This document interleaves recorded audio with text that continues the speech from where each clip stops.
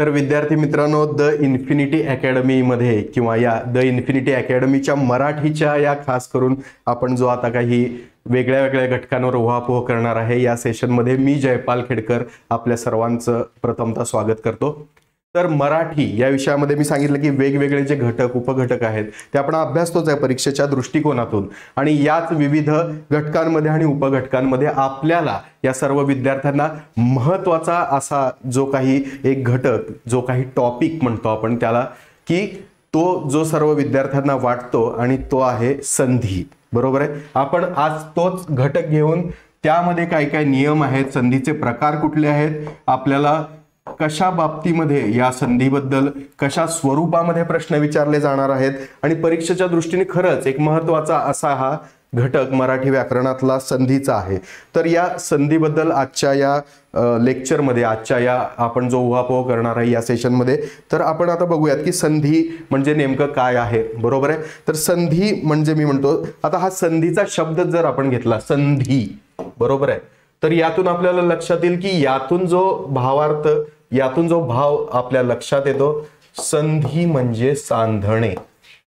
बरोबर आहे, संधी म्हणजे सांधणे। आपण आता प्रत्येक वेळी बघितलं की शालेय जीवनामध्ये किंवा आपण जे काही म्हणजे हायस्कूलला असताना म्हणजे 5वी ते 10वी मध्ये जे काही व्याकरण शिकत होतो त्यामध्ये सर्वांनी संधी ही नक्कीच अभ्यासलेली आहे। बरोबर आहे, तर ही संधी आपण अभ्यासून आता बराचसा कालावधी गेला, कारण त्यानंतर जे काही विद्यार्थी परीक्षा, ज्या स्पर्धा परीक्षांमध्ये आहेत त्यांना काहीसा त्याचा टच किंवा या गोष्टींचा अभ्यास त्यांना आहे, मात्र ज्यांना याबाबत काहीच म्हणजे जे विद्यार्थी पुन्हा वेगवेगळ्या घटकातून वेगवेगळ्या अभ्यासक्रमातून त्यांनी आपल्या पदवी घेतल्या त्यांना मात्र याचा नंतर आपल्या जीवनामध्ये कुठंही या मराठी व्याकरणातील विविध घटकांचा मी म्हणतो की त्याची पुन्हा एकदा कुठेतरी ते सामोरेच आले नाहीत। बरोबर आहे, आणि त्यामुळे बऱ्याच जणांना वाटतं की मराठीतले संधी असेल, समास असेल, अशा पद्धतीनं जे घटक आहेत ते खूप अवघड आहेत किंवा ते मला लवकर समजणार नाही। तर तसं काही मनात आणू नका। तर आपण बघूया की कशा पद्धतीनं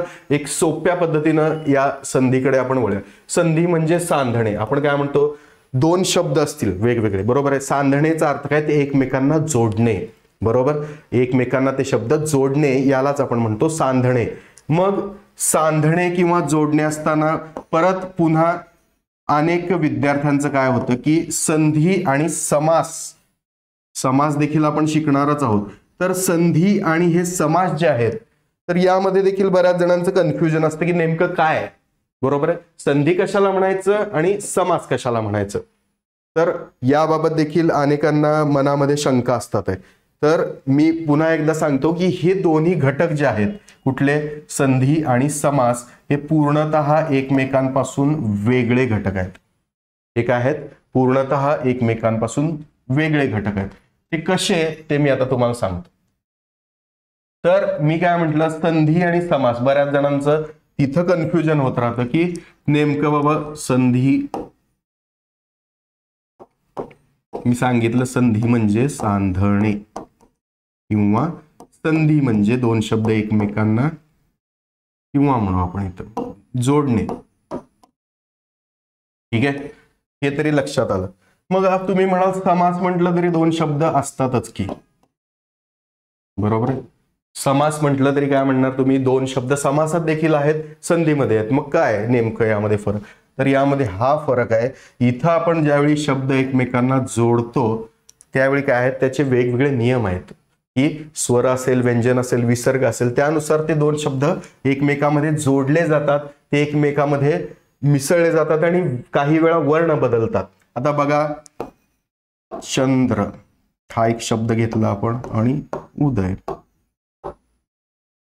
ठीक आहे, तर याची संधी होताना काय होणार आहे, चंद्रोदय गेला, इथला उ गेला, बरोबर आहे, इथं काय झाला, अ अधिक उ ओ, चंद्रोदय।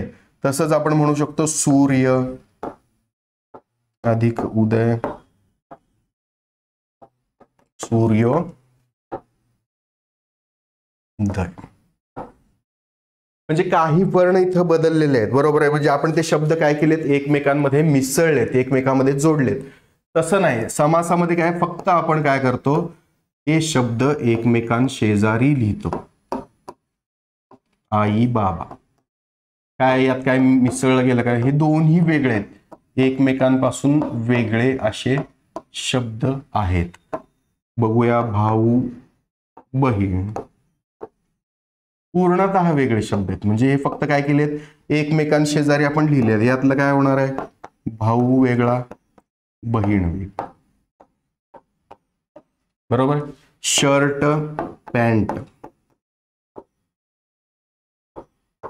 काय झालेलं आहे तुमचं, शर्ट अधिक, यात कुठंही वर्ण हे एकमेकांमध्ये काय झालेले आहेत, मिसळले गेलेले नाहीत. आणि म्हणून काय म्हणतो मी की संधी म्हणजे काय करतो आपण, फक्त शब्द जोडतो आणि त्यातून काय होतं, विविध नियमांमधून मग काय होतात ते शब्द एकमेकांमध्ये जुळले जातात. काही वेळा नियमांमधून ते वर्ण एकमेकांमध्ये मिसळले जातात आणि वेगळा शब्द त्या ठिकाणी येतो. तर अशा पद्धतीने आपण आता पाहणार आहोत की संधी आणि त्याचे प्रकार. आता मुख्यतः संधी सांगितलं मी, जोडणे, एकमेकांमध्ये मिसळणे किंवा एकमेकांमध्ये सांधणे. तर त्याचा पहिला मुख्य जो प्रकार आहे तो आहे स्वरसंधी. पहिला जो मुख्य प्रकार आहे तो आहे स्वरसंधी, ज्यालाच आपण काय म्हणतो, अच. स्वरालाच काय म्हणतो आपण, अच किंवा स्वर. बरोबर आहे. अच किंवा स्वर संधी हा पहिला प्रकार संधी मधला आहे. ते कशा पद्धतीने कशामुळे पडला तो पाहूया नंतर. दुसरा जो प्रकार आहे तो आहे व्यंजन संधी. व्यंजन संधी हा मुख्य प्रकार, म्हणजे हे आपण जे पाहतोय हे मुख्य आहे. पुन्हा यामध्ये जे उपप्रकार आहेत ते देखील आपण पाहणार आहोत. तर अच किंवा स्वरसंधी हा पहिला मुख्य प्रकार संधीचा. दुसरा आहे तो व्यंजन संधी, ज्यालाच काय म्हणू शकतो आपण, व्यंजनाला काय म्हणतो, हल किंवा व्यंजन.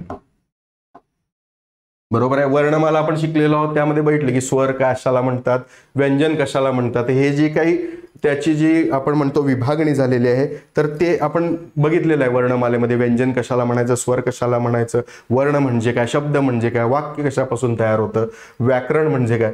तर त्याच पद्धतीनं त्यावरून स्वर आणि व्यंजन हे दोन मुख्य प्रकार संधीचे. त्यानंतर तीन मुख्य प्रकार आहेत. त्यातला तिसरा तो आहे विसर्ग संधी.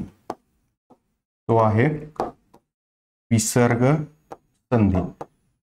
आता विसर्ग बाबत तुम्हाला सांगायचं झालं तर तुम्हाला माहिती आहे की एखाद्या वर्णापुढं आपण विसर्ग देतो त्यावेळी त्या वर्णापुढं त्याला काय म्हणतो आपण, या दोन जे आपण ही अशा पद्धतीनं दोन टिंब एखाद्या वर्णापुढे दिली त्याला आपण काय म्हणतो, व्यंजन, हे विसर्ग.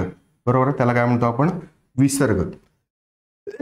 बरोबर आहे. म्हणजे स्वरसंधी म्हणजे अच संधी, म्हणजे अच किंवा स्वरसंधी, हल किंवा व्यंजन संधी, विसर्ग संधी. या पद्धतीनं संधीमध्ये काय आहेत, हे तीन मुख्य प्रकार या संधीचे पडताना आपल्याला दिसतात आहे. मग हे जे मुख्य प्रकार पडतात, काय म्हटलं आपण पहिल्यांदा की अच किंवा स्वरसंधी, दुसरा प्रकार काय म्हटलं, हल किंवा व्यंजन संधी, आणि तिसरा प्रकार म्हटलं की विसर्ग संधी. मग अशा पद्धतीनं हे तीन जर मुख्य प्रकार असले तर त्यामध्ये देखील विविध उपप्रकार देखील आपल्याला पाहायला मिळतात. तर त्यानुसार आता आपण बघूया. लक्षात आलं की मी सुरुवातीला काय सांगितलं की संधी म्हणजे काय, की एखाद्या दोन वेगवेगळ्या पदांना आपण काय करतो, दोन वेगवेगळ्या वर्णांना एकमेकांमध्ये मिसळतो, एकमेकांमध्ये सांधतो, त्याला आपण काय म्हणतो, संधी. बरोबर, त्याला आपण काय म्हणतो, संधी. ठीक आहे. याच संधीमध्ये आपण काय म्हटलं की पहिला जो प्रकार येतो तो आहे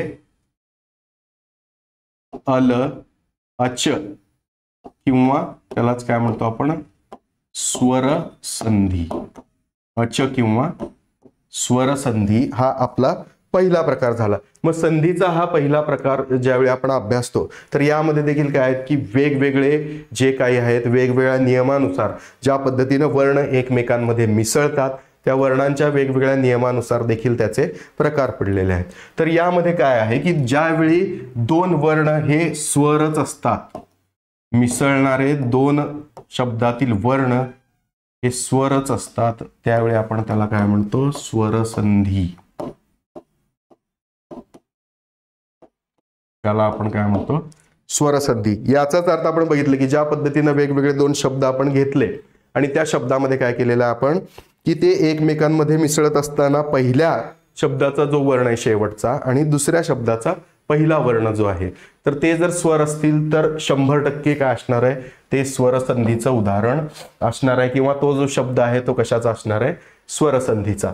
तर यामध्ये उपप्रकार पाहताना स्वरसंधीमध्ये पहिला जो आहे तो काय आहे, दीर्घत्व संधी. तो काय आहे, दीर्घत्व संधी. बरोबर. तर आता नियमांच्या आधारे आपण काय म्हणूया की संधी कशा पद्धतीने लक्षात ठेवल्या पाहिजेत, कशा पद्धतीने वेगवेगळे नियम त्यासाठी आहेत. तर आपण काय म्हणतो, ऱ्हस्व आणि दीर्घ असे स्वर आहेत. मग त्यामध्ये काय होऊ शकतं, अ अधिक आ बरोबर आच येईल. त्यानंतर आ अधिक अ केलं तरी पण येणार आहे आच. म्हणजे त्याचा काय होणार आहे, आपण इथं काय बघितलं की ऱ्हस्व आणि दीर्घ एकत्र आले, त्याच सजातीय ऱ्हस्व सजातीय दीर्घ, यातून काय होणार आहे, त्यातली दीर्घ स्वर आपल्याला मिळणार आहे. आता आपण इथं ई घेतला तर आपल्याला त्यातला दीर्घत्व काय मिळणार आहे, ई. बरोबर आहे. उ त्यातला आपल्याला काय मिळणार आहे, दीर्घ उ. तर लक्षात आलं असेल तुम्हाला की जर ज्यावेळी सजातीय दोन स्वर हे एकत्र येतात म्हणजे पहिल्या शब्दातलं शेवटचं वर्ण हे स्वर जे आहे आणि दुसऱ्या शब्दातील पहिला वर्ण कुठल्याही, तर हे जे शब्द आपण संधीचा बनत असताना अशा पद्धतीनं सजातीय जर वर्ण एकत्र आले तर त्याच जातीतील किंवा त्याच घटकातील जो काही दीर्घ स्वर आहे, आता अ आ मधला आ दीर्घ आहे, बरोबर आहे, ई मधला ई दीर्घ आहे, उ दीर्घ आहे. तर अशा पद्धतीनं त्यातील दीर्घ स्वर ज्यावेळी राहतो त्याला आपण काय म्हणतो, दीर्घत्व संधी. म्हणजे काय, सजातीय स्वर एकत्र येऊन त्याच वर्गातील जर दीर्घ स्वर तयार होत असेल तर त्याला म्हणतो. आता आपण त्यामध्ये बघूया की वेगवेगळे जी उदाहरण आहेत. आता सजातीयमध्ये आपण बघूया हिम अधिक आलय. म्हणजे काय झालं, इथला स्वर अ, इथला आपण काय म्हटलं यातलाच दीर्घ तयार होणार आहे. म्हणजेच काय होणार आहे इथं, ही मा लय. म्हणजे इथं काय आला, आ. लक्षात आलं काय आला, इथं आ आल्यामुळं इथला जो म आहे त्याला काय लागलेला आहे, आ, आणि म्हणून तो काय तयार झाला, हिम अधिक आलय बरोबर हिमालय. म्हणजे अ अधिक आ बरोबर आ. तर असंच एक आणखी एक उदाहरण जर आपण बघितलं तर गिरी अधिक ईश. बरोबर आहे. आता इथंही ई आहे आणि इथं ई आहे, हे दोन्ही काय आहेत, सजातीय स्वर आहेत. तर ते एकत्र आले तर त्यातला दीर्घत्व काय येणार आहे, आपल्याला ई येणार आहे. बरोबर आहे. त्यातला काय होणार आहे, ई हा या ठिकाणी येणार आणि म्हणून हे काय झालं, गिरीश.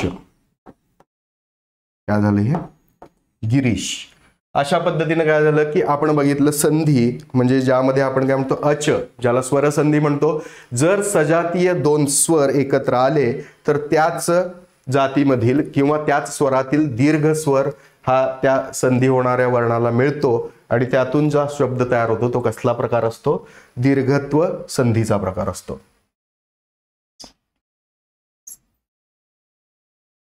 आता यामध्ये आपण वेगवेगळे जे दुसरे प्रकार आहेत त्यामध्ये बघूयात की दुसरा जो आहे त्यामध्ये असेल गुणादेश.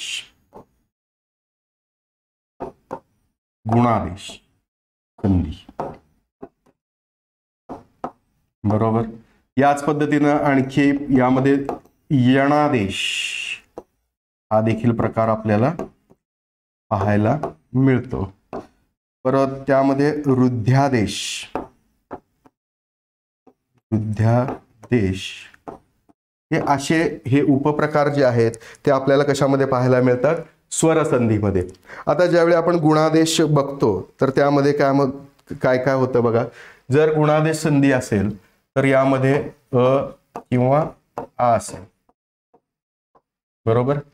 अ किंवा आ असेल तर त्यामध्ये काय होणार आहे, यात जर ई अधिक ई मिळू शकतं, किंवा याच अ किंवा आ याच्या बरोबर उ किंवा उ, बरोबर आहे. किंवा अ किंवा आ याच्या बरोबर समजा रू, अशा पद्धतीनं आपल्याला जे मिळालं, उ उ असेल, ई ई असेल, रू असेल, तर त्या पद्धतीनं आपण बघतो की या स्वरसंधीमध्ये म्हणजे आच्या संधीमध्ये जे काही प्रकार आहेत तर ते त्यामध्ये कशा पद्धतीनं पुढे गुणादेश मध्ये होतं की अ अधिक अ रू झाला, अर्र झाला, अर्र, बरोबर आहे. किंवा अ किंवा अ बरोबर उ केला किंवा आ बरोबर उ केला, इथं काय होतं ओ, बरोबर आहे. आणि अ आ किंवा ई ई केलं तर ए. म्हणजे या गुणादेश संधीमध्ये काय होणार की स्वर ज्यावेळी मिसळले जातात तर त्यामध्ये काय होणार आहे की ए ओ आर म्हणजे सजातीय स्वर कुठले आहेत यामध्ये अ आ असेल, अ आ तिन्हीकडे आपण बघितलं की अ आय. पण त्यामध्ये विजातीयामध्ये जर अ आ बरोबर ई किंवा दीर्घ ई मिळाला किंवा उ किंवा दीर्घ उ मिसळला गेला किंवा रू मिसळला गेला तर काय होणार आहे, अ आ बरोबर जर रू मिसळला गेला अर होईल, अ आ बरोबर उ किंवा दीर्घ उ मिसळला गेला तर ओ होईल, किंवा अ आ बरोबर ई किंवा दीर्घ ई मिसळला गेला तर काय होणार आहे, ए होणार आहे, बरोबर आहे. त्याचे उदाहरण आपण आता या ठिकाणी बघूया. तर लोक अधिक इच्छा, लोक अधिक इच्छा. मग इथं काय म्हटलं आपल्याला अ म्हटलंय, बरोबर आहे. अ लोक अधिक इथं काय केलेलं आहे आपल्याला ई, बरोबर. मग इथं अ काय होणार आहे, ए होणार आहे, ए होणार आहे. म्हणजेच काय होणार आहे संधी, मग लोकेच्छा, लोकेच्छा, बरोबर आहे. त्यानंतर प्रश्न, प्रश्न अधिक उत्तर, प्रश्न अधिक उत्तर. मग इथं जर आपण बघितलं तर काय होणार आहे, इथं इथं बघा प्रश्न बरोबर आहे अ अधिक उ काय होणार आहे ओ, म्हणजेच इथं काय होईल प्रश्नोत्तर, प्रश्नोत्तर.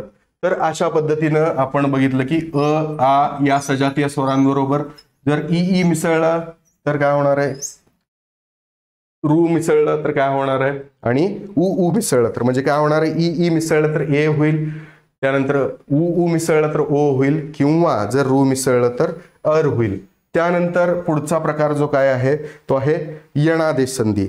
म्हणजे तिथं काय होणार आहे, ई उ रू ऐवजी य व र काय होणार आहे, यामध्ये यणादेश मध्ये ई उ रू ऐवजी य व आणि र अशा पद्धतीनं आदेश जे होणार आहेत. आता आपण बघूया. प्रीती अधिक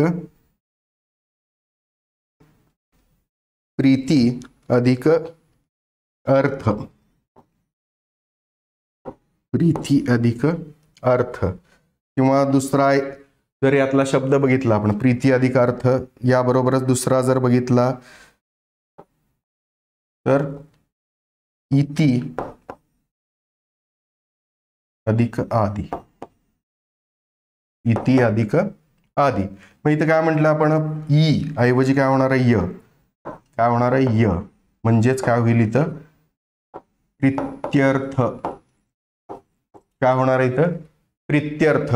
आता इथे इति बरोबर ई परत काय होणार आहे आदि, बरोबर आहे. म्हणजे काय होणार आहे इथं परत इत्यादी इत्यादी. मग अशा पद्धतीनं आपण काय बघितलं की यणादेश. आता वृद्धादेश जो आहे बरोबर आहे, तर वृद्धादेश मध्ये देखील असं काय आहे की जे काही बदल होणार आहेत, म्हणजे स्वरसंधीच्या बाबतीत आपण बघतो की पहिल्यांदा काय बघितलं दीर्घत्व, त्यामध्ये सजातीय स्वर जर एकत्र आले त्यातला दीर्घ होतं. गुणादेश बघितला, त्यामध्ये काय बघितलं आपण की अ आ याबरोबर काय की ई ई उ उ किंवा रू जर आले तर काय होतं, काय बघितलं की ई ई आलं तर ए होईल, त्यानंतर उ जर आला अ किंवा आ पुढं तर त्याचा ओ होईल, आणि जर रू आला तर अर होईल. त्याच पद्धतीनं आपण काय बघितलं ई उ आणि रू ऐवजी काय होतं तर य काय होतं य व र किंवा य र व अशा पद्धतीनं जर बदल होत असले तर त्याला आपण म्हणणार आहे यणादेश. आणि त्या बरोबर वृद्धादेश मध्ये काय होणार आहे अ आ बरोबर समजा सजातीय काय अ किंवा आ, इथं पण काय सजातीय अ किंवा आ, तर याबरोबर जर ए किंवा आई आला तर तिथं आई होईल, आणि इथं काय ओ किंवा आऊ ला तर तिथं काय होणार आहे आऊ. बरोबर आहे. काय म्हटलंय अ किंवा आ, बरोबर आहे. अ किंवा आ याच्या बरोबर जर या संधीमध्ये ए किंवा आई आला तर आई होईल, बरोबर आहे. आणि जर अ किंवा आ याच्या बरोबर ओ किंवा आऊ हा जर आला तर तिथं काय होणार आहे आऊ असा होणार आहे. आता याचं उदाहरण घ्यायचं झालं तर बघा एक अधिक एक, एक अधिक एक, म्हणजे इथं काय अ अधिक मी काय म्हटलं ए हा जर स्वर आला तर काय होणार आहे आई, तिथं काय होणार आहे एक एकैक, बरोबर आहे. काय होणार आहे ए इथं ए प्लस आई असं मिळाल्यामुळे दोन यावर येणार, आणि हे कुणाला मिळणार आहेत क ला एकैक, बरोबर आहे.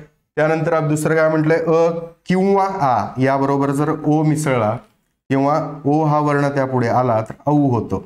आता बघा जल अधिक ओघ, जल अधिक ओघ, गंगा अधिक ओघ, बरोबर आहे. तर हे करत असताना बघा अ जल म्हणजे काय अ अधिक इथं काय मिसळलेलं आहे, मग हे कुणाला जाणार आहेत ल वर, आणि त्यातून काय होणार आहे शब्द जलौघ, जलौघ, बरोबर. इथं गंगा, इथं आ पुढं काय आलंय ओ आलंय, म्हणजे काय होणार आहे इथं गंगौघ, गंगौघ. तर अशा पद्धतीने वृद्धादेश ज्या संधी आहेत कशाच्या तर स्वरसंधीचा जो प्रकार आहे, तर या वृद्धादेश संधीमध्ये अशा पद्धतीनं आपण काय म्हणतो की अ किंवा आ या स्वरापुढं जर काय आलं ओ आला तर औ होणार, ए आला तर किंवा ए किंवा आई आला तर आई होईल, ओ किंवा औ आला तर औ होईल. तर अशा पद्धतीनं हे जे आहे त्याला आपण काय म्हणतो वृद्धादेश. मग हे कशाचे प्रकार झाले सगळे स्वर संधीचे, बरोबर आहे. स्वर संधीचे मुळात मी काय सांगितलं स्वर संधी यामध्ये काय आहे की पहिल्या पदातील जो वर्ण आहे, पहिल्या शब्दाचा जो शेवटचा वर्ण आहे तो काय असणार आहे स्वर, आणि दुसऱ्या शब्दाचा देखील पहिला जो काय असणार आहे तो देखील स्वर असणार आहे. यालाच आपण काय म्हणतो आच्य किंवा स्वरसंधी. त्यानंतर संधीतला दुसरा महत्वाचा प्रकार आपण काय म्हणला व्यंजन किंवा हल संधी, व्यंजन किंवा हल संधी. मग यामध्ये देखील आता ज्याप्रमाणे आपण बघितलं की स्वरसंधी किंवा या आच्य संधीमध्ये जे वेगवेगळे प्रकार आहेत, दीर्घत्व आहे, गुणादेश आहे, यणादेश आहे, वृद्धादेश आहे, त्याच पद्धतीनं काय आहे स्वरसंधीमध्ये जर पहिल्या पदामधलं जे शेवटचा वर्ण आपण म्हणतो तो काय असणार आहे व्यंजन, यामध्ये तो काय असणार आहे व्यंजन, बरोबर. आणि जे काही दुसरा वर्ण जो आहे तो व्यंजनही असू शकतो, बरोबर, किंवा तो काय असू शकतो, स्वरही असू शकतो. अशी मांडणी ज्यावेळी शब्दामध्ये येते, अशी मांडणी ज्यावेळी त्या शब्दामध्ये येते त्यावेळी आपण त्याला काय म्हणणार आहोत, व्यंजन किंवा हलसंधी. बरोबर आहे, व्यंजन किंवा हलसंधी. मग काय बघितलं आपण, संधीच्या मुख्य 3 प्रकारापैकी पहिला बघितला स्वरसंधी, त्यामध्ये दीर्घत्व, गुणादेश, यणादेश आणि रुद्धादेश असे जे प्रकार आहेत हे प्रकार उपप्रकार म्हणले जातात. म्हणजेच काय आहे की आचसंधी स्वरसंधीमध्ये हे उपप्रकार आहेत. तसेच व्यंजन किंवा हलसंधीमध्ये जे उपप्रकार आहेत. पण व्यंजन संधी नेमकी कधी असते, तर ज्यावेळी पहिल्या शब्दातील शेवटचा वर्ण हा व्यंजन असतो, पहिल्या शब्दातील शेवटचा वर्ण हा व्यंजन असतो आणि दुसऱ्या शब्दाचा पहिला हा व्यंजन पण असू शकेल किंवा स्वर पण असू शकेल. तर अशा वेळी आपण काय म्हणणार आहे त्याला की व्यंजन संधी. तर आता त्याचे देखील प्रकार आपल्याला बघायचे. व्यंजन संधी, तर यामध्ये काय आहे, प्रथम व्यंजन संधी, प्रथम व्यंजन संधी हा सर्वात महत्वाचा जो आहे व्यंजन संधी. मग प्रथम मध्ये काय आहे की स्पर्श व्यंजनांपैकी अनुनासिकांशिवाय, म्हणजे आपण काय म्हणतो, स्पर्श व्यंजनांपैकी जर अनुनासिकांशिवाय कोणत्याही व्यंजनापुढे कठोर व्यंजन आले, कोणत्याही व्यंजनापुढे कठोर जर व्यंजन येत असेल, बरोबर आहे, कठोर व्यंजन जर येत असेल तर पहिलं जे व्यंजन आहे, बरोबर, पहिल्या व्यंजनामध्ये त्याच गटातील काय होणार आहे की आपल्याला पहिला म्हणजे कचट, तप ही जी व्यंजन आहेत तर त्याच गटातील पहिला शब्द हा त्या वर्णाच्या ठिकाणी येणार आहे. मग त्यात आपण बघूया की पहिला काय आहे, विपद. समजा असा शब्द आहे विपद अधिक काल, बरोबर आहे, विपद अधिक काल. तर आपल्याला काय म्हटले की व्यंजनापैकी जर हे आता क जो आहे तो काय, कठोर व्यंजन आपल्याला माहिती आहे, बरोबर आहे, कठोर व्यंजन हा या व्यंजना पुढे आलाय. त्यावेळी काय करायचं की पहिल्या गटातील जे व्यंजन आहे तर त्यातील पहिलं व्यंजन काय येणार आहे आता, द, बरोबर आहे. तर कचट तपय, बरोबर आहे. तर द कशातला आहे, त थ द द न, बरोबर आहे, त थ द द. मग इथं काय होणार आहे, द च्या ऐवजी काय येईल, त, त्याच गटातील पहिला काय आहे, त आहे. मग इथं शब्द असा होईल की द जाऊन विपद काल, त आला, तिथं काय आला, त आला, बरोबर आहे. याचाच अर्थ विपद काल हा शब्द त्या ठिकाणी तयार झाला. त्यानंतर दुसरं जर आपण बघितलं तर तिथं बघूया वाघ अधिक पती.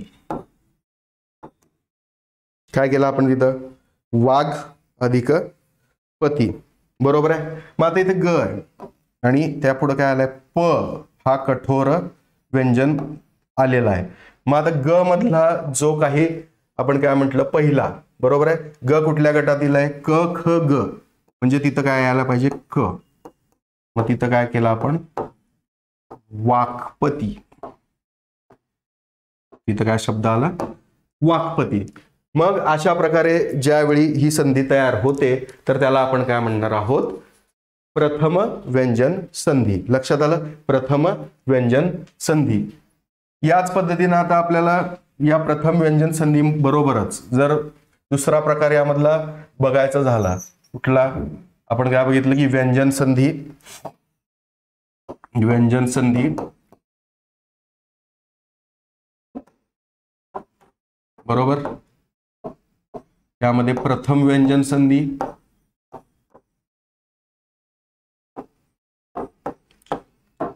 प्रथम व्यंजन संधी हे पहिलं झालं.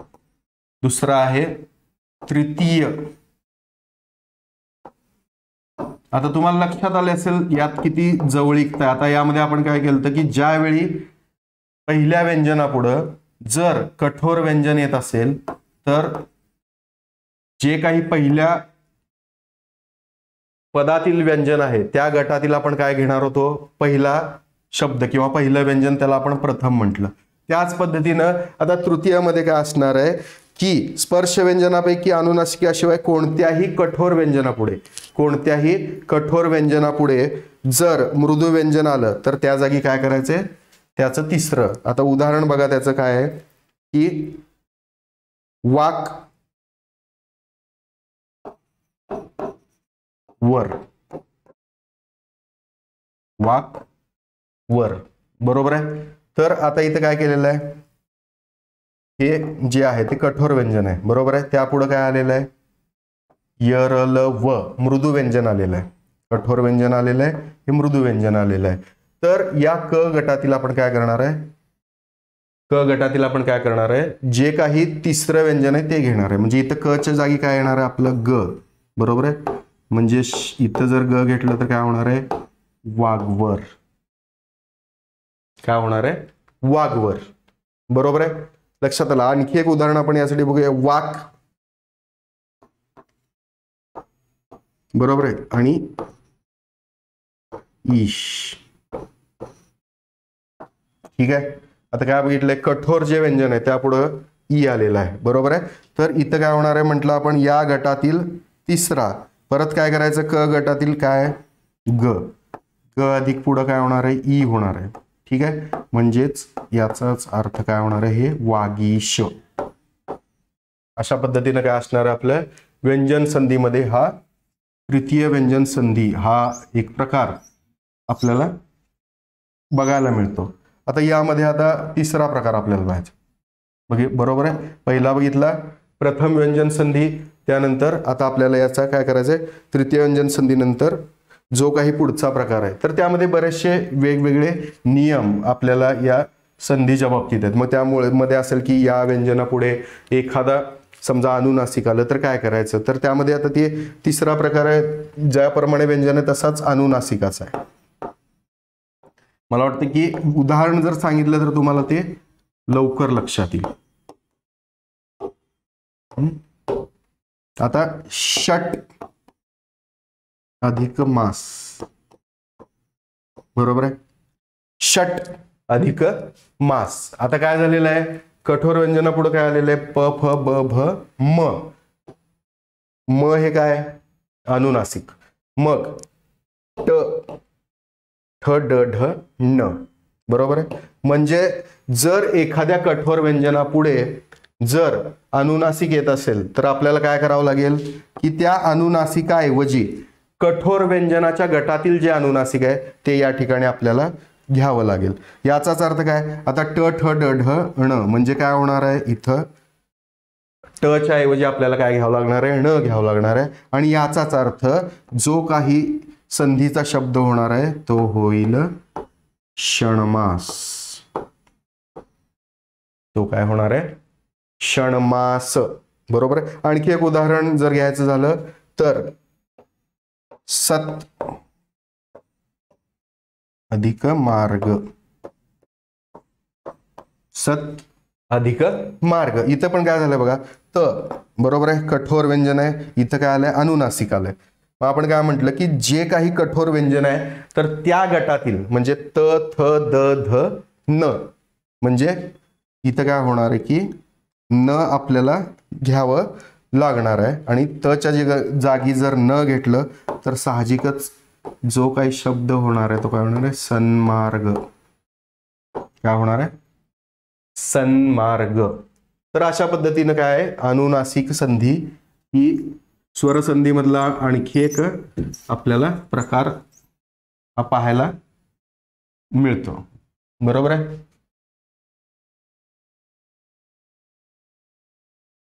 ठीक आहे.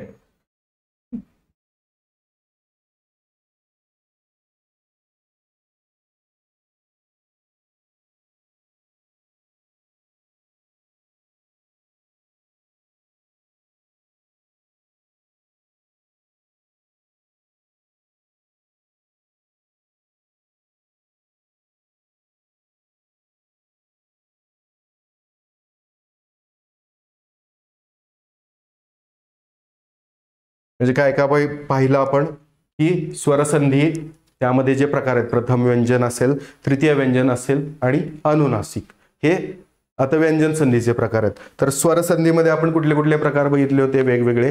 दीर्घत्व संधी होती, गुणादेश होता, यणादेश होता, वृद्धादेश होता. आता अनुनासिक नंतर काही नियम असे आहेत, कठोर वर्ण आल्यास ते कायम असतात. आता समजा कठोर वर्ण काय म्हटलंय, उदाहरण घेऊया आपण. उत अधिक तम. आता हे दोन कठोर वर्ण आहेत, ते परत एकमेकासमोर आले, पण ते काय असणार आहेत? कायम राहणार. मग शब्द असा होईल उत्तम. हा एक नियम लक्षात घ्यायला पाहिजे की ज्यावेळी आपण व्यंजन संधी अभ्यासतो, जर दोन कठोर व्यंजन एकमेकाच्या समोर आले, आता इथे त हा कठोर आहे, तच्या पुढे त आला, तो काय राहणार आहे? उत्तम असाच राहणार आहे. त्यानंतर पाचवा जो नियम आहे तो काय आहे? पाचवा नियम, जर त पुढे च किंवा छ आलं तर काय होणार आहे? त पुढे च किंवा छ आलं तर त्याऐवजी काय होणार आहे? तो च होणार आणि पुढच्या शब्दात मिसळणार.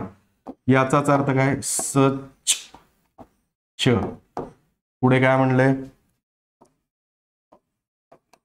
सच चरित्र. आता मी काय म्हणलं, जर त पुढे काय आलं? सत. त पुढे काय आलं? सत. त पुढे च किंवा छ आलं, आता इथं बघितलं च किंवा छ आलं तर त्याचा काय होतो? च राहतो आणि तो काय होतो? पुढच्या तचा च होतो आणि पुढच्या शब्दामध्ये तो मिसळला जातो. याचाच अर्थ काय होणार आहे? इथं सत, तचा च झाला, पुढच्या ह्याच्यात मिसळला, सच्चरित्र. सच्चरित्र. तर अशा पद्धतीनं हे जे प्रकार आहेत, हे जे नियम आहेत, ते स्वर संधीच्या बाबतीत. आता तिसरा जो मुख्य संधीचा प्रकार येतो, तिसरा जो संधीचा प्रकार येतो, तो तिसरा प्रकार आहे विसर्ग संधी. विसर्ग संधी. विसर्ग संधी म्हणजे आता परत तुम्हाला नावावरून लक्षात आलं असेल की ज्या पद्धतीनं आपण बघितलं की स्वर संधी असेल, व्यंजन संधी असेल, कशावरून म्हटलं हो आपण त्याला? तर स्वर संधीमध्ये काय म्हटलंय की पहिल्या पदाचा शेवटचा वर्ण आणि दुसऱ्या पदाचा किंवा दुसऱ्या शब्दाचा पहिला वर्ण हा दोन्ही जर स्वर असतील तर त्याला आपण काय म्हणतो? अच किंवा स्वरसंधी. अच याचाच अर्थ स्वर. व्यंजनामध्ये काय बघितलं आपण की पहिल्या शब्दामधला शेवटचा वर्ण काय असणार आहे? व्यंजन. आणि दुसऱ्या शब्दातला पहिला जो काही वर्ण आहे तो व्यंजन सुद्धा असू शकेल किंवा तुमचा त्यामध्ये तो हे स्वर सुद्धा असू शकेल. असं असेल तर त्याला आपण व्यंजन संधी किंवा हलसंधी असं म्हणणार आहे. आणि तिसरं काय प्रकार बघतो तर विसर्ग. तर ज्यामध्ये काय असणार आहे की पहिल्या शब्दामध्ये विसर्ग असणार आहे, वर्णापुढे काय असणार आहे? विसर्ग असणार आहे. मग त्याचे नियम काय संधीचे ते आता आपण वेगवेगळे त्या बाबतचे विसर्ग संधीचे नियम बघूयात. की अ जर असेल आणि त्यापुढे मृदू व्यंजन असेल, बरोबर आहे, अ कि असेल, मृदू व्यंजन असेल तर त्याचा काय होतोय? ओ. त्याचा काय होतोय? ओ. पहिला नियम, अ असेल आणि त्यापुढे काय असणार आहे? मृदू व्यंजन असेल तर त्याचं काय होतं? ओ होतं. बरोबर. मग व्यंजन मध्ये आपण बघितलं यश,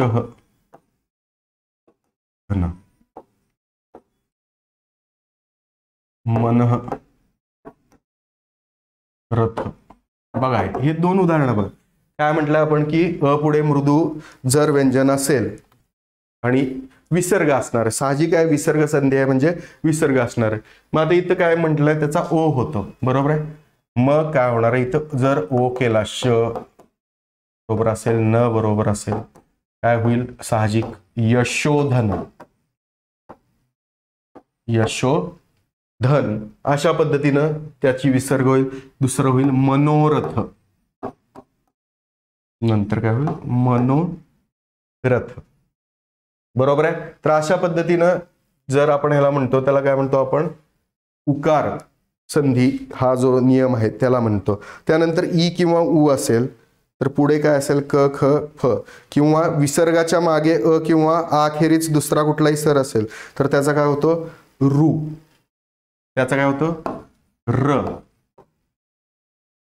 विसर्गाच्या पुढे अ किंवा आ अखेरीच कोणताही असेल, मग समजा आता आपण घेतलं या ठिकाणी बघा, जर उदाहरण पाहायचं झालं तर त्यामध्ये काय उदाहरण, विसर्गाच्या पुढे किंवा अखेरीस कोणताही स्वर असेल तर त्याला म्हणतो आपण आता नि, विसर्ग आहे,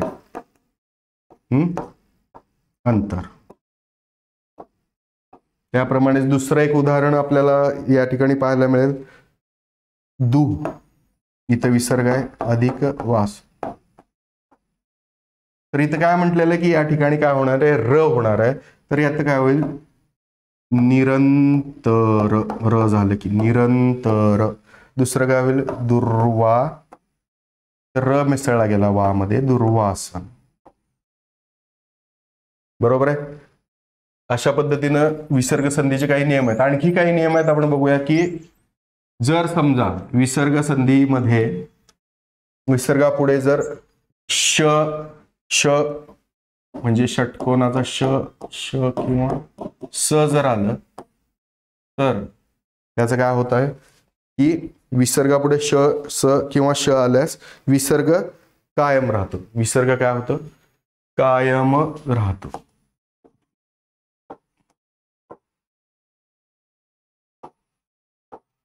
बरोबर आहे. आता बघा, निशंक, निशंक. आता काय आलं इथं, श पुढं आलं, मग तो तसाच राहणार. विसर्ग काय होणार, निही अधिक शंक, निही अधिक शंक. त्याबरोबर निस्वार्थी,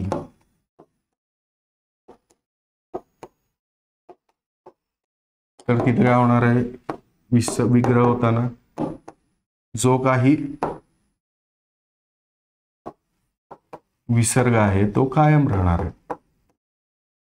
तर अशा पद्धतीनं हा एक नियम आहे. याखेरीज आणखी एक नियम आहे की जर विसर्गापुढे क्रूची रूपं आली, बरोबर आहे, तर त्याचा जो आहे तो स होतो.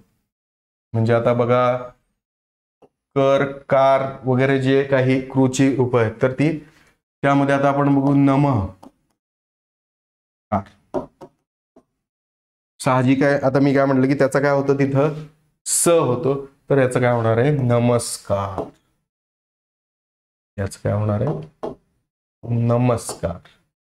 आणखी जर उदाहरणच जर आपल्याला बघायची झाली, क्रू धातूची रूपं जर आली, समजा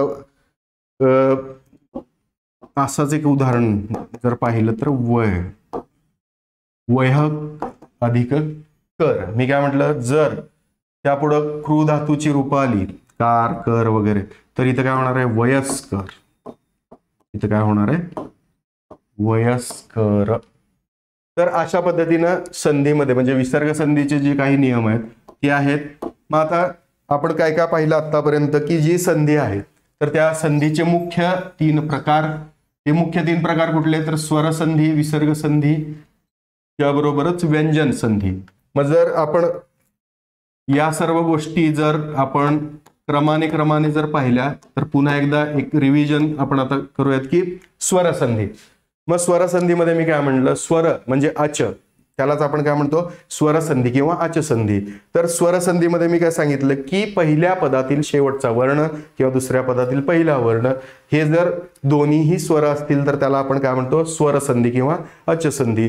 याच पद्धतीनं जर पहिल्या शब्दातील शेवटचा वर्ण हा व्यंजन असेल आणि दुसरा मग स्वर असेल किंवा व्यंजन असेल तर त्याला आपण काय म्हणतो, व्यंजन संधी किंवा हलसंधी. त्याचप्रमाणे जर पहिल्या शब्दामध्ये जर विसर्ग येत असेल आणि पुढे स्वर, व्यंजन हे कशा पद्धतीने येत असतील तर त्याला आपण विसर्ग संधी असं म्हणतो. त्यामध्ये काय बघितलं आपण पुन्हा की जर स्वरसंधी अशा पद्धतीने तयार होते तर त्यामध्ये मग दीर्घत्व संधी, मग सजातीय स्वर एकत्र आले तर त्याच गटातील दीर्घ स्वर त्यामध्ये येतो आणि संधी बनते, त्याला आपण काय म्हणतो, दीर्घत्व संधी. गुणादेश आहे, यणादेश आहे, वृद्धादेश आहे, हे अशा प्रकारचे वेगवेगळे आपण त्यामध्ये नियम पाहिले. म्हणजे काय, आ पुढं जर वेगवेगळे सजाती असतील, विजाती असतील, जर स्वर आले कशा पद्धतीनं शब्द तयार होत असतील तर आपण बघितलं. जर आ पुढं रू आला तर अर होईल, बरोबर आहे.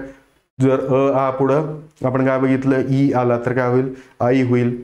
त्यानंतर उ आला तर ओ होईल. अशा पद्धतीने जे काही वेगवेगळे नियम आहेत तर त्या पद्धतीने बघितले. पुन्हा आपण बघितलं की एक एक किंवा जलौघ वगैरे असे जे उदाहरण आहेत, बरोबर आहे. तर त्यावरून आपल्याला लक्षात आलं की वृद्धादेश म्हणजे काय, यणादेश म्हणजे काय, गुणादेश म्हणजे काय आणि दीर्घत्व संधी म्हणजे काय. त्याचबरोबर आपण बघितलं की नंतर व्यंजन संधी. मग व्यंजन संधीमध्ये आपण काय बघितली, प्रथम व्यंजन संधी पाहिली की ज्यामध्ये आपण बघितलं की मृदू पुढे जर कठोर व्यंजन येत असेल तर त्या मृदू कठोर व्यंजनातील आपण काय करतो की त्यातील पहिला जो शब्द आहे तो आपण ज्या मृदू व्यंजनाच्या गटातील तो तिथं घेतो, बरोबर आहे. त्याची उदाहरणं आपण पाहिली. त्यानंतर आपण बघितलं की ज्या पद्धतीने तृतीय व्यंजन संधीमध्ये त्या कठोर गटातील म्हणजे कठोर जर व्यंजन येत असेल मृदू पुढे तर त्या कठोर आणि मृदू व्यंजनामधलं जो कठोर आहे त्यातील आपण तिसरा जो काही शब्द आहे, जे काही वर्ण आहे, जे काही व्यंजन आहे ते आपण त्या ठिकाणी घेतो आणि त्यापासून आपली संधी बनते, ती तृतीय झाली.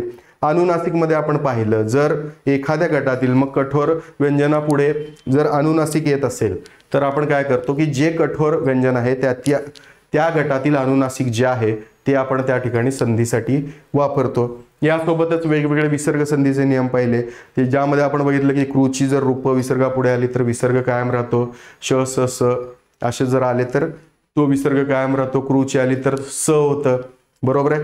अशा पद्धतीनं जे काही वेगवेगळे नियम आहेत तर हे या संधीच्या बाबतीत आहेत. त्याची वेगवेगळी उदाहरणं आपण जर आता प्रश्न आणि उत्तराच्या माध्यमातून जर घेतली तर नक्कीच त्याचा जास्तीत जास्त फायदा आपल्याला होतो. आणि मी सुरुवातीला सांगितले संधी आणि समास हे दोन्हीही एकमेकांपासून हे वेगळे आहेत, म्हणजे संधी वेगळी आणि समास वेगळे. संधी म्हणजे सांधणे किंवा जोडणे ज्याला आपण म्हणतो ती संधी, आणि समास याचा अर्थ बघितलं की आपण फक्त काय करतो, दोन शब्द जे आहेत ते एकमेकांशेजारी लिहिले जातात. तर अशा पद्धतीनं हा जो काही घटक आहे संधीचा तो आपण आता अभ्यासला. तसंच यानंतर आपण काही प्रश्नोत्तरांच्या माध्यमातून देखील नक्कीच या संधीचा जास्तीत जास्त अभ्यास करूया की जेणेकरून वेगवेगळ्या उदाहरणांवरून कसे प्रश्न येऊ शकतात ते आपल्याला लक्षात येईल. तरी देखील स्वरूप म्हणून मी सांगतो की काही वेळा तुम्हाला शब्द देतील त्याचा विग्रह योग्य कुठला ओळखा हे विचारतील, काही वेळा विग्रह देतील त्यातून तयार होणारा संधीचा योग्य कुठला प्रकार आहे किंवा योग्य शब्द कुठला आहे, योग्य उदाहरण कुठलं आहे हे विचारलं जाईल. त्याबरोबर तुम्हाला काही वेळा एखादा शब्द देतील ही संधी कुठल्या प्रकारात आहे, याचा प्रकार कुठला, उपप्रकार कुठला हे देखील विचारलं जाऊ शकतं. तर नक्कीच हे घटक आणखीन व्यवस्थित प्रश्नोत्तरांच्या माध्यमातून जास्तीत जास्त आपल्याला समजेल अशा पद्धतीने देखील आपण वेगवेगळ्या MCQच्या माध्यमातून तो अभ्यासूया. तर आता संधीच्या बाबतीमध्ये नक्कीच आपल्याला काय आहे ते आपण नंतर आम्हाला विचारू शकता की जेणेकरून या सर्व शंकांचं निरसन केलं जाऊ शकेल. तर आता या संधीच्या या सेशनमध्ये किंवा आज जे घटक आपण संधीचा शिकलो त्यामध्ये आपण इथंच थांबूया. पुन्हा एकदा मी द इन्फिनिटी अकॅडमीकडून जयपाल खेडकर आपल्याला पुन्हा वेगळ्या व्हिडिओच्या माध्यमातून नक्कीच भेटेन आणि नक्की आपण एक वेगळा उपघटक त्यामध्ये अभ्यासू. धन्यवाद.